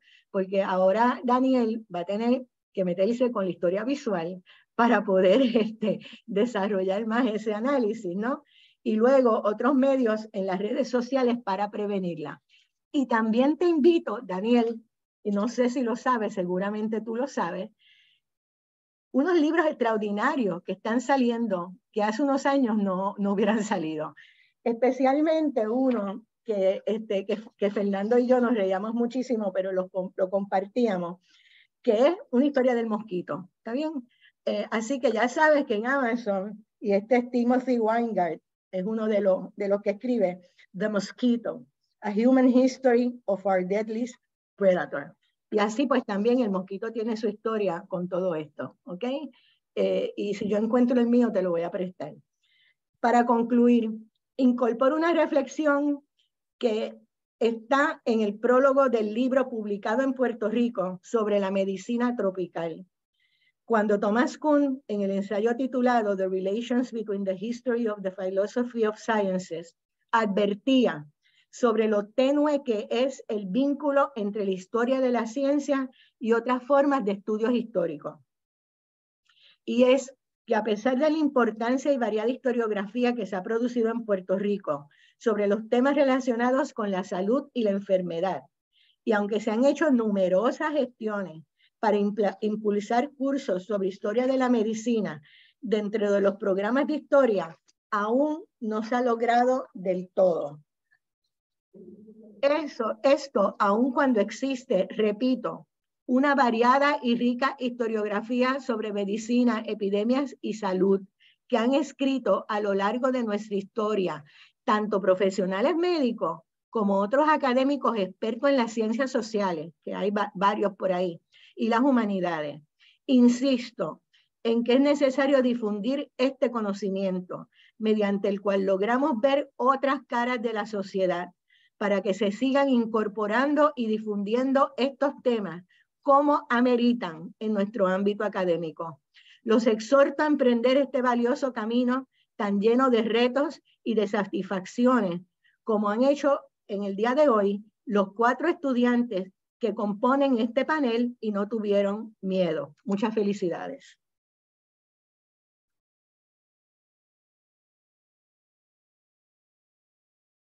Muchas gracias, doctora Rosario. Ciertamente ha sido un panel motivador, pero de esa forma, ¿no? Tenemos aquí 4 jóvenes historiadores, porque Daniel te sumas a esa juventud, ¿verdad? que nos acompaña hoy, que han tomado unos temas de investigación que, como bien mencionó la profesora, no han tenido aún tanta difusión en Puerto Rico, y ciertamente mientras les escuchaba y mientras veía las fuentes con las que han estado trabajando, pues no podía dejar de pensar, ¿verdad?, todos esos otros temas y esos subtextos, ¿verdad?, que están en esos documentos. Obviamente me llama mucho la atención como Daniel nos muestra la publicidad de la época. Sabemos que la educación en Puerto Rico de cómo debía ser el ciudadano, ¿verdad? Y cuando hablamos de ciudadano, cuestiones básicas de higiene, se daba también a través de las artes. A lo que te quería preguntar, y yo creo que va un poco también ligado a mi interés del arte, ¿verdad?, del estudio del uso de las artes como mecanismo de comunicación. Si en un principio estas eran las fuentes a las que querías dirigirte, o fue en el proceso de la investigación que te topas con estos materiales y ahora decides incorporarlos, o o luego de la invitación que le está haciendo la profesora, ¿verdad? Adentrarte en la historia visual, pues lo estarías utilizando. Quiero si me puedes hablar un poquito, ¿verdad? Un poco sobre esas fuentes en particular. Escuchan. Sí. Originalmente cuando yo empecé a hacer la investigación, ya yo sabía dónde yo quería ir, que eran los periódicos a las revistas. Pero yo tenía en la mente, como he trabajado con otros temas, estos anuncios, letras, o sea, en otras palabras, que no tenían visuales. Pero según fui adentrándome en el siglo XX, iba llegando ya a mitad del siglo XX, que llega la guerra, y cuando empiezo a ver todo este material gráfico que está desarrollando el Departamento de Guerra, por así decirlo, ahí lo que hay es una mina. Desde el sexo que está en los calendarios, bueno, ahí hay de todo. Y pues, como me preguntaste, lo traje y lo incorporé porque mucho de esto se está viendo en Estados Unidos. Hay otra cosa que no mencioné, es que sobre los cortometrajes del WCWA, esto era para los soldados y para el personal, esto no era para la población, no era para los civiles, esto había un cine, se les mostraba a ellos, esto no lo veían los que estaban afuera de la base. O sea que eso es otra cosa también que uno puede mirar. Windy, perdóname, ¿le puedo hacer una pregunta a Andrés? Es bien corta. Andrés, tú estabas hablando sobre la anestesia del opio, que siempre ha sido un tema que a mí me interesa, pero lo que te quería preguntar era, ¿tú no sabes hasta cuándo se siguió usando la anestesia con opio? El que lo mencionó fui yo en el aspecto de la odontología. Sí, José Andrés. Sí, exacto, sí, eso fue, exacto, perdona. Okay. Bueno, la anestesia se genera en el siglo XIX como tal, en Francia, que empiezan a establecer pues, lo que sería la anestesia moderna. El opio ha sido el referente, como quien dice, en lo que yo he encontrado como que la única opción más allá de cualquier otra. Y por lo menos en el ámbito de lo que considera investigación en España, se sigue utilizando el opio después de la expulsión de los musulmanes de la península.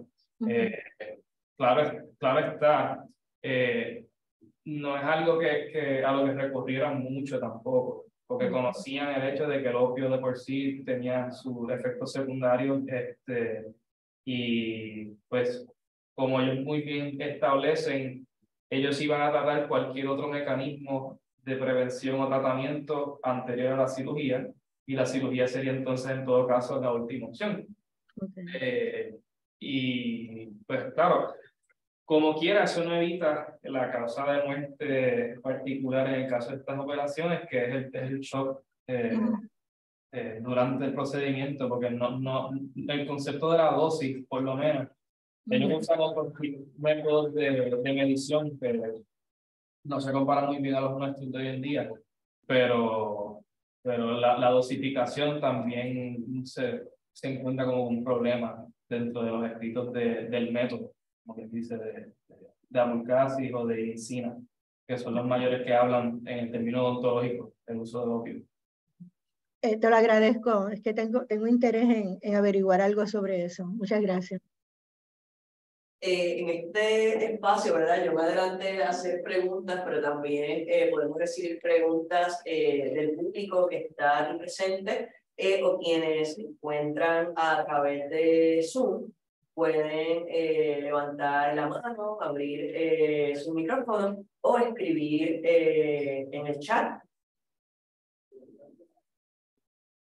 De igual forma que ha pasado ya en otros paneles, si los compañeros quieren hacerse preguntas entre ustedes, también pueden hacerlo.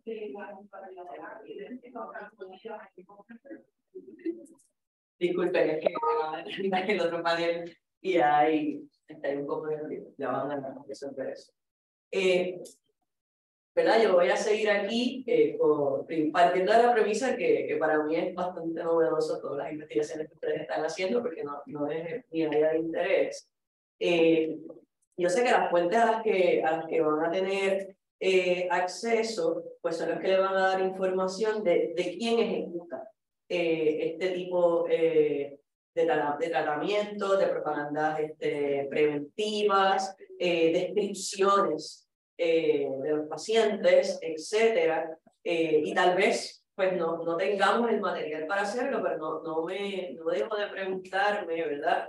¿Cuál sería la recepción de los denominados pacientes? Por ejemplo, en el caso de José Andrés pensaba, ¿quiénes tendrían acceso real a este tipo de tratamiento preventivo ante la extracción, ¿verdad?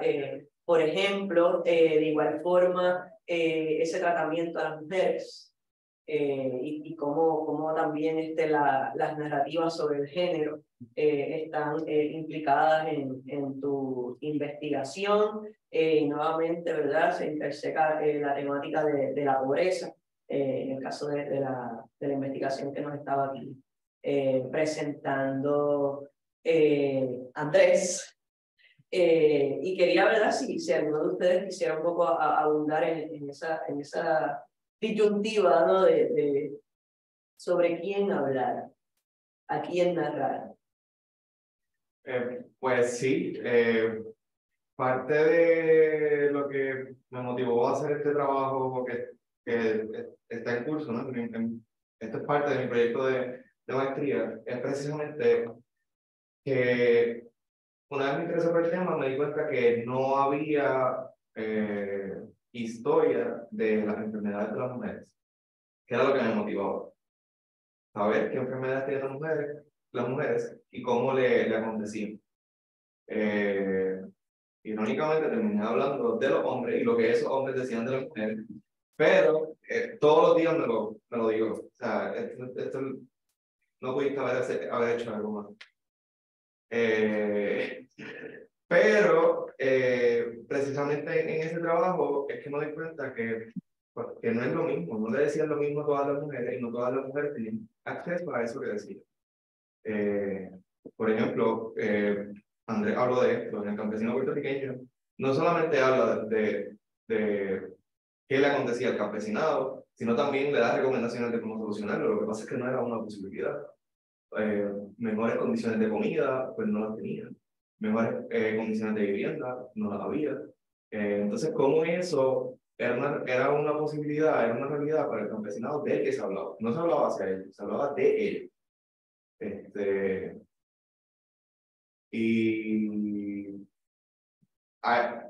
Eso pasa en diferentes instancias. Mi trabajo contempla finales del 19, principios del 20, cuando nos acercamos más al cambio de siglo. Esto pasa mucho con la prostitución. Se habla mucho de la mujer, pero no se le habla a la mujer, se le habla al hombre. Y se le habla a la mujer de familia.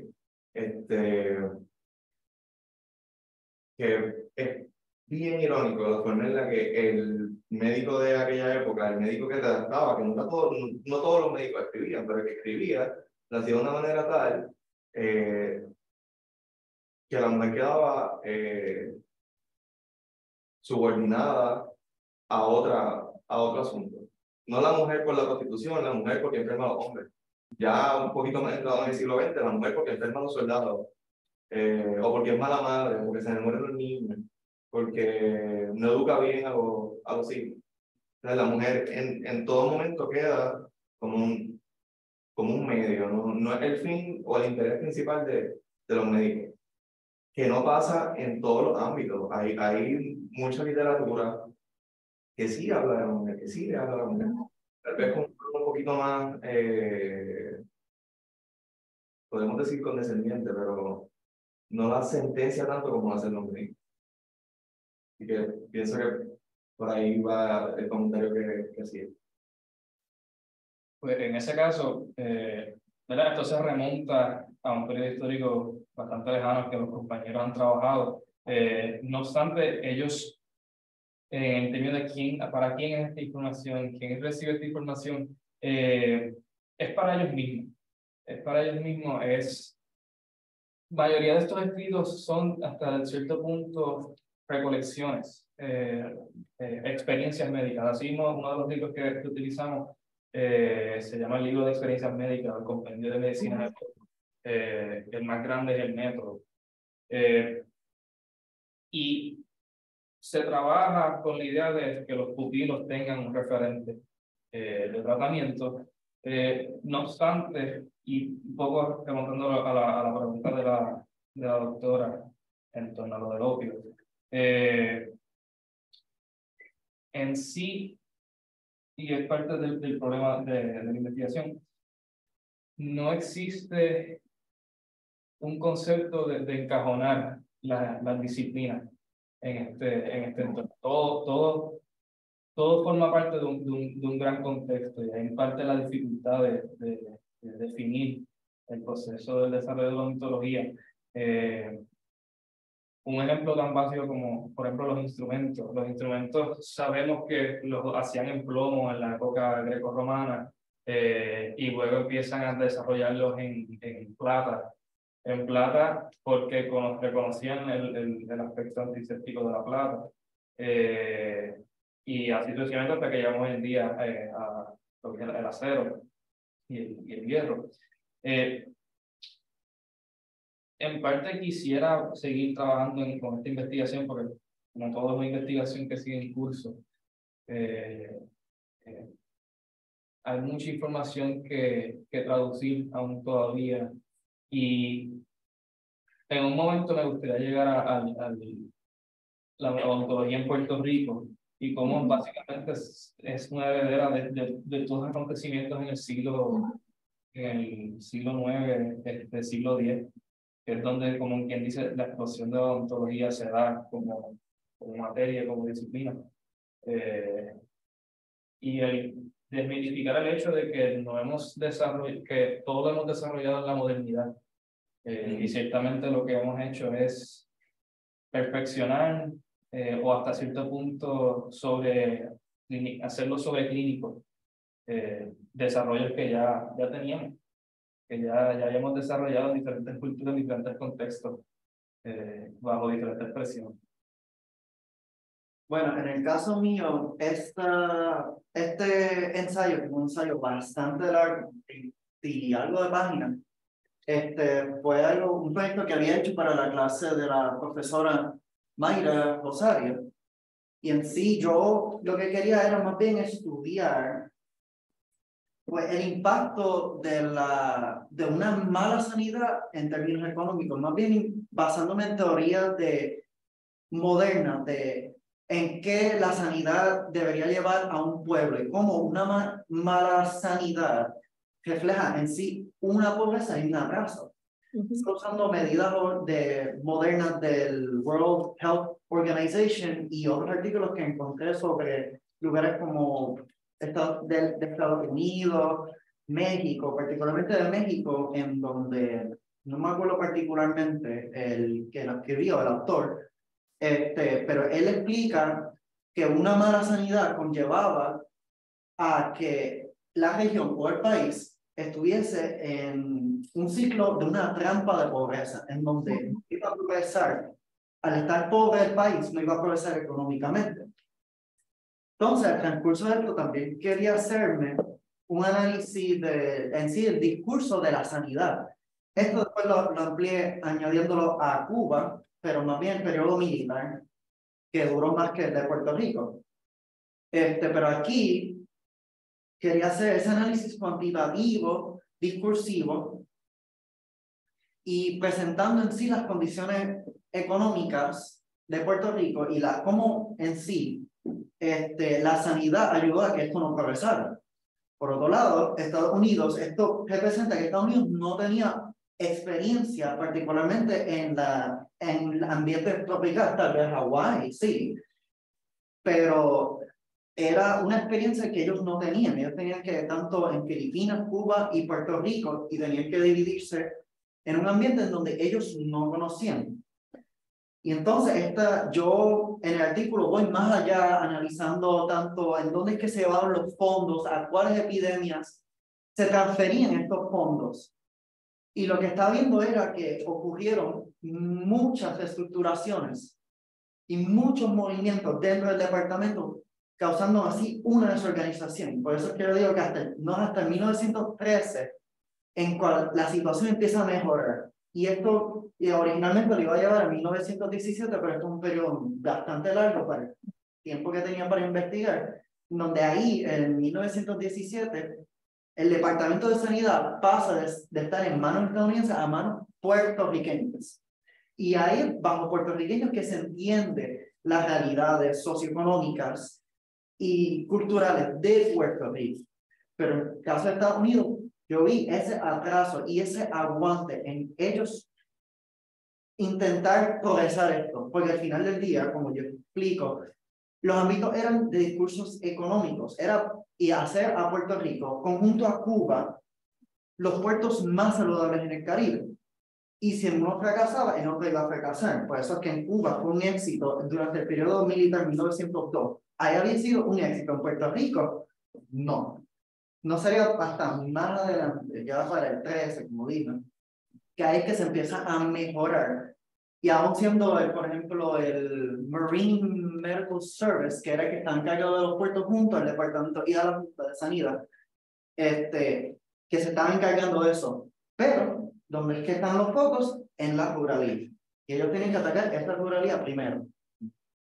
Bueno, no tenemos tiempo para más, tenemos que tomarnos un pequeño break para luego entonces continuar la agenda de la tarde. Les invito, ¿verdad?, a que sintonicen, ya sea por Zoom o estén aquí, que están a tiempo para llegar, para que puedan disfrutar del panel Violencia, Opresión y Género, que va a ser comentado por la doctora María del Carmen Baerga, y también vamos a tener en la tarde a la 1 el panel Desastres, Conflictos y Transformaciones, Pensar la sociedad puertorriqueña en el siglo XX, que va a ser comentada por la doctora Sandra Pujals. Y cerramos este simposio con la mesa redonda Archivos, Memoria y Poder, retos historiográficos, donde presentarán los doctores Aileen Correa de la Universidad de Michigan, Marisa Fuentes de Rutgers University, Yorel Méndez Vadillo de University of Wisconsin-Madison y Kristen Wall de Harvard University. Les agradezco a todos los que se han mantenido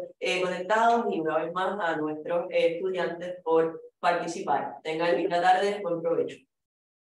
Muchas gracias. Daniel, excelente.